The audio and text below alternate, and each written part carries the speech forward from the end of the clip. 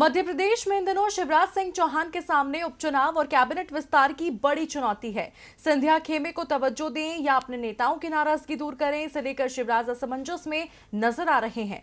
इसी बीच अब सूबे की सियासत में प्रेशर पॉलिटिक्स का दौर भी शुरू हो गया है, जिसके संकेत ज्योतिरादित्य सिंधिया के एक कदम ने दिए हैं। क्या है पूरा मामला, इस रिपोर्ट में देखिए। देश की तमाम स्वास्थ्य और आर्थिक परेशानियों के बीच मध्य प्रदेश में उपचुनाव को लेकर सियासी पारा दिन ब दिन चढ़ता जा रहा है। एक तरफ उपचुनाव करीब हैं, तो दूसरी तरफ शिवराज कैबिनेट का विस्तार भी है। लेकिन सूबे में जो सियासी दांवपेच के साथ बीजेपी ने सत्ता की चाबी हासिल की है, अब वही दांवपेच उसके लिए परेशानी खड़ी कर रहे हैं। जी हाँ, शिवराज के सामने सबसे बड़ी चुनौती है सिंधिया खेमे को तवज्जो देकर खुश करने की और अपने नेताओं की नाराजगी दूर करने की। इस असमंजस की स्थिति की वजह से ही अब तक शिवराज अपने कैबिनेट का विस्तार नहीं कर पाए हैं। उनके अपने नेता तो दबाव की सियासत कर ही रहे हैं, तो वहीं अब ऐसा ही कुछ सिंधिया की तरफ से भी देखने को मिल रहा है। दरअसल बीजेपी नेता ज्योतिरादित्य सिंधिया ने कथित तौर पर अपने ट्विटर अकाउंट से बीजेपी हटा दिया है।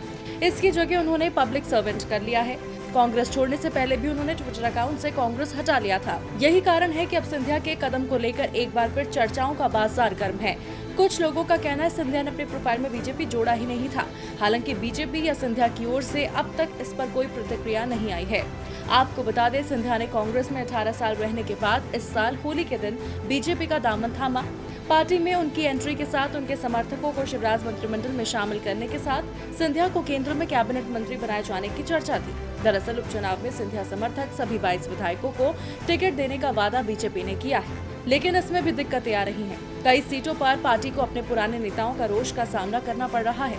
हाथपीपल्या में दीपक जोशी हों या ग्वालियर पूर्व में कांग्रेस में शामिल हो चुके बालेंदु शुक्ला, पार्टी के लिए अपने नेताओं को मनाना मुश्किल साबित हो रहा है। वहीं अगर प्रोफाइल से बीजेपी हटाने के कदम को सियासत की नजर से देखें, तो ये सिंधिया के प्रेशर पॉलिटिक्स का एक तरीका हो सकता है, खासकर इसलिए कि सिंधिया ने कांग्रेस छोड़ने से ठीक पहले इसी तरह अपने ट्विटर प्रोफाइल से कांग्रेस हटा लिया था। अब इन तमाम अटकलों को लेकर सिंधिया या बीजेपी की तरफ से कोई प्रतिक्रिया सामने आती है या नहीं, ये देखना होगा। DP लाइव की रिपोर्ट।